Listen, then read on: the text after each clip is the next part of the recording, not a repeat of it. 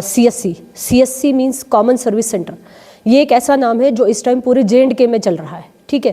तो इसके बारे में, इसकी सर्विसेज के बारे में, जैसा कि हमारी परसों चीफ सेक्रेटरी सर के साथ और DC साहब की डायरेक्शन के साथ आपको यहाँ तक आने का तकलीफ करवाया गया।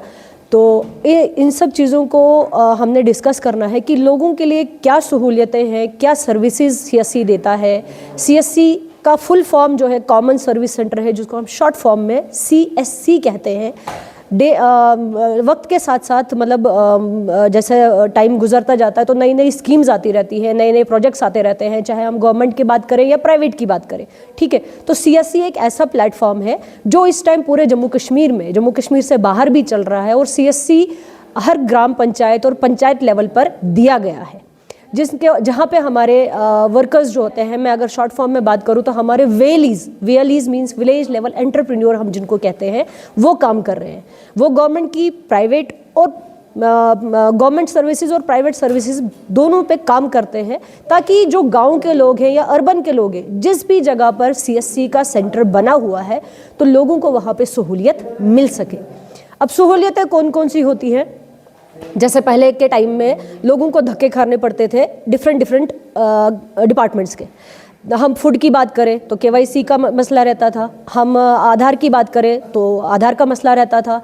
अच्छा, हम बात करें तो क्या कहते हैं एजुकेशनल स्कीम्स की, उनके रिगार्डिंग हम बात कर सकते हैं। जैसे हम मतलब अगर हम सेंट्रल सर्विसेज की बात करें, जिसमें हमारा PM वेलफेयर स्कीम्स आती हैं, हमारा जीवन प्रमाण आता है, ई-श्रम आता है, PM सूर्या घर आता है, तो ये कुछ स्कीम्स हैं जो हमारे सेंट्रल सर्विस के अंदर आती हैं। उसके अलावा हम बैंकिंग की अगर बात करें, बैंकिंग में लोगों को लाइन में खड़े होकर अपना टाइम वेस्ट करके, मतलब धक्के दुक्के खा के, तो वो घंटों के हिसाब से इंतज़ार करते हैं, तब जाके उनका कोई काम होता है। तो इसके लिए भी CSC जो है उनको अपनी लोकेलिटी में, अपनी पंचायतों में बैंकिंग की सर्विस भी देता है, जहाँ पे वो अपना कैश विड्रॉल कर सकते हैं, जहाँ पे वो अपना कैश पेमेंट लोगों को भेज सकते हैं, डालना निकालना जो भी बैंकिंग का काम होता है वो सारी चीज़ें वहाँ पे दी जाती है। उनके पास एक माइक्रो ATM सर्विस होती है और साथ में वो AEPS की सर्विस भी देते हैं। हमारे यहाँ पे बहुत सारे बुजुर्गान ऐसे हैं कि जो ATM यूज़ नहीं करते, अंगूठा लगा के अपना काम करते, तो उसके लिए भी उनके पास उनकी लोकेलिटी में CSC का सेंटर बना हुआ है, जहाँ पे जाकर वो अपनी सर्विस ले सकते हैं।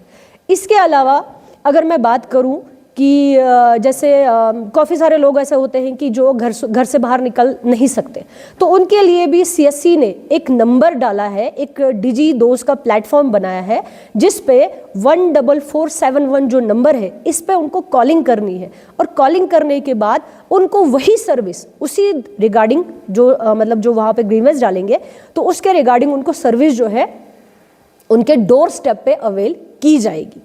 काफ़ी सारे बुजुर्ग ऐसे हैं जो बैंक में जाके अपना PM जो होता है किस्त होती है PM किसान की, वो नहीं निकाल सकते, तो उसके लिए भी CSC है। CSC के वेली को कॉल करना है, उनकी लोकेलिटी का बंदा है, उनकी पंचायत का अपना बंदा है, तो वो उसको घर जाकर AEPS के ट्रांजेक्शन के साथ उसका कैश जो है विड्रॉ करके दे सकता है। इसके अलावा भी बहुत सारी चीज़ें हैं। जैसे आधार की अगर मैं बात करूं, आधार जो हमारे यहाँ DC ऑफिस में अभी ऑफिशियली चल रहा है, उसके जेन्युइन रेट्स है। जेन्युइन रेट्स कैसे हैं कि जो गवर्नमेंट ने फिक्स किए हैं, जो छोटे बच्चे हैं उनका जब आधार बनता है तो बाहर जो है उनके चार्जेस लिए जाते हैं, लेकिन वही आधार अगर छोटे बच्चों का वो DC ऑफिस में आके बनाते हैं तो वो फ्री ऑफ कॉस्ट बनता है। जहाँ पे उनको मोबाइल नंबर अपडेट करना होता है तो बाहर चार्जेस ज़्यादा होते हैं, डेमोग्राफिक चेंज करना है तो चार्जेस ज़्यादा होते हैं। चार्जेस का हमेशा बाहर जो है इशू रहा है, लेकिन DC ऑफिस में जो आधार ऑफिशियली है, वहाँ पे आपके मोबाइल नंबर और डेमोग्राफिक जो आप लोग मतलब पब्लिक जो है वो अपडेट करती है बाहर से, तो वो जेन्युइन प्राइजेस, जेन्युइन रेट के साथ, ऑफिशियली रेट के साथ किया जाता है। तो मेरी सभी से गुजारिश है, और सबसे बड़ी बात एक चीज़ मैं और बताना चाहूँगी तौसीफ साहब आपके ज़रिए, कि हमारा जो यूथ है, ठीक है, तो यूथ जो है, काफ़ी सारे बच्चे जो होते हैं वो बेकार बैठे होते हैं, जो फिर अलग अलग तरीक़ों से मतलब बड़ी सारी चीज़ों में इन्वॉल्व हो जाते हैं। तो लोगों के लिए, बच्चों के लिए, हमारे लड़के और लड़कियों के लिए, दोनों के लिए CSC एक ऐसा प्लेटफॉर्म है जो उनको कमाई का ज़रिया भी बनता है। वो CSC में आए, CSC ज्वाइन कीजिए, ठीक है। CSC ज्वाइन करने के बाद उनका एक ID बनता है, तो ID बनने के बाद वो भी अपनी अपनी लोकेलिटी में पैसा भी कमा सकते हैं और लोगों को साथ साथ सर्विस भी दे सकते हैं। मैम एक और सवाल आपसे रहेगा, जहां आपने कहा कि हमारी जो हाल ही में डिप्टी कमिश्नर किश्तवाड़ और चीफ सेक्रेटरी साहब से हमारी जो मीटिंग हुई है जी, उसमें क्या कुछ फ्रूटफुल रिजल्ट निकला है जो हम हमारे वैलीज के लिए फ्रूटफुल हो सकता है? देखिए बड़ी सारी चीज़ें हो रही हैं अभी एक्चुअल में, नए कुछ प्रोजेक्ट्स आ रहे हैं, ठीक है, नए टच पॉइंट्स बन रहे हैं हर डिपार्टमेंट में। इस टाइम जो है सीएससी बिठाने की बात हुई है। सीएससी जो है हर डिपार्टमेंट के साथ कंसर्न किया जा रहा है, उस डिपार्टमेंट का मतलब जो भी काम होगा वो अब सीएससी के ज़रिए होगा। उसके अलावा मतलब क्या कहते हैं, जो जेके बैंक की बात हम की जाए जेके बैंक के ऑलरेडी हमारे खिदमत सेंटर्स चल रहे हैं, लेकिन उसके अलावा इस पे भी बात हो रही है, इस पे भी बात चल रही है कि विद इन नो टाइम शायद इस पे नए बीसीज बनेंगे, तो वो सीएससी के वेलीज रहेंगे।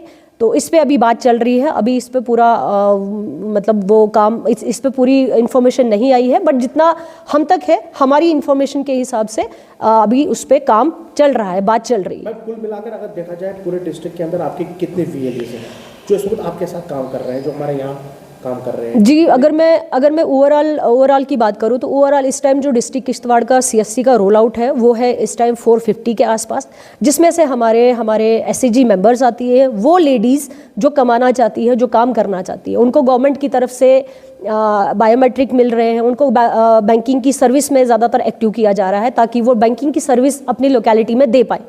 तो उनको भी गवर्नमेंट की तरफ से फ्री ऑफ कॉस्ट जो है वो माइक्रो एटीएम मिल रहे हैं, बायोमेट्रिक डिवाइस मिल रहे हैं। उसके अलावा हमारे जर्नल वैलीज़ की बात मैं करूं तो वो हमारे किश्तवाड़ में भी है, किश्तवाड़ के बाहर हर एक ब्लॉक में, हर एक पंचायत में इस टाइम वो है। अच्छा, उसके अलावा हमारे एफपीएस है, हमारे एफपीओज है, तो ये सारे एक मतलब ये सारी कैटेगरी जो है सीएससी में आती है। मैं बहुत सारी स्कीम्स में वीएलईज ने काम किया हुआ है। जी बिल्कुल। तो कंप्लेंट्स आती रहती है कि हमारे जो पेमेंट्स होती हैं वो बड़ी देर के बाद आती है। अक्सर ऐसा क्यों होता है कि जब वीएलई काम करता है तो उसके बाद उसको बड़ी देर तक रुकना पड़ता है उसकी पेमेंट्स के लिए, जबकि वीएलईज का जो हमारे डीएम्स होते हैं वो हमेशा ये कहते हैं कि एक साइड काम करो, दूसरी साइड पैसे लो। मगर सिर्फ वो जुबानी होता है, जो ग्राउंड जीरो की रिपोर्ट होती है कुछ और होती है। नहीं, एक्चुअल में ऐसा नहीं होता है। कहीं पे आपको पेमेंट आने में थोड़ा सा टाइम लगता है, लेकिन कहीं पे इंस्टेंट कमीशन है। तो कमीशन के साथ साथ वैल्यू जो है अपना, अब मैं ओपनली तो इस चीज़ को नहीं बता सकती, बट काम कैसे होता है वो आप बखूबी जानते हैं। तो कमीशन की अगर मैं सीएससी कमीशन की बात करूँ, सीएससी का जो कमीशन है वो 100% आता है, लेकिन कभी थोड़ा टाइम पे नहीं आ पाता, बट आता ज़रूर है। टाइमली नहीं आता, इसलिए वैल्यू जो है वो सफ़र होता है, बट इस पे काम हो, इस पे बात हो रही है कि ये चीज़ आगे जाके फ्यूचर में वैल्यूज़ को फेस ना करनी पड़े।